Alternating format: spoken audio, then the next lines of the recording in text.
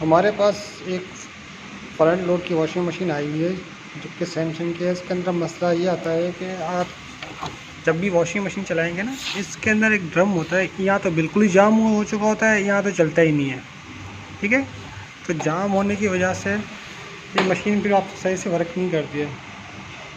और इसका खोलने का तरीका आपको पता है, यहाँ से टब को हमें खोलना पड़ता है। एक हमारी दूसरी मशीन है जिसमें ये फोल्ड आया है, और वो ये मशीन है, ये हमने खोल के रखा हुआ पहले से ही। ठीक है, ये इसके अंदर ये खुली हुई मशीन है और इसके साथ ये टब है, इसका ड्रम है। ड्रम अक्सर यहाँ से टूट जाता है। ठीक है, एक साइड से क्रैक हो जाता है, दूसरी तरफ से क्रैक हो जाता है। ये तो मैंने खोला हुआ है मशीन सिर्फ आपको दिखाने के लिए।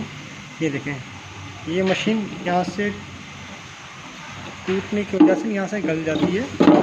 ये डिजिटल वगैरह ये चीज़ें होती हैं जिसकी वजह से ना ये गल जाता है।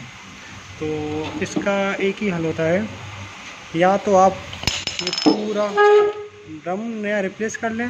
अगर नहीं कर सकते हैं तो आपको ये इसका स्पाइडर है, ये लेना पड़ जाएगा। अगर आप ये लगा देंगे तो आपका ये ड्रम बिल्कुल वर्किंग पर आ जाएगा।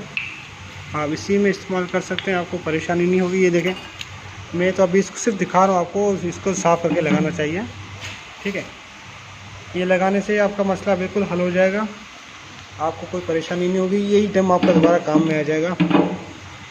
बाकी जब भी आप चेंज करेंगे तो साथ में एक यहाँ पे सील लगी होती है रबड़ की, वो भी आपने लाजमी रिप्लेस करना है। अगर हो सके, अगर इसमें कोई चार्ज वगैरह नहीं हो तो इसके अंदर ये बेरिंग भी लगे होते हैं, या बेरिंग भी रिप्लेस कर दीजिएगा।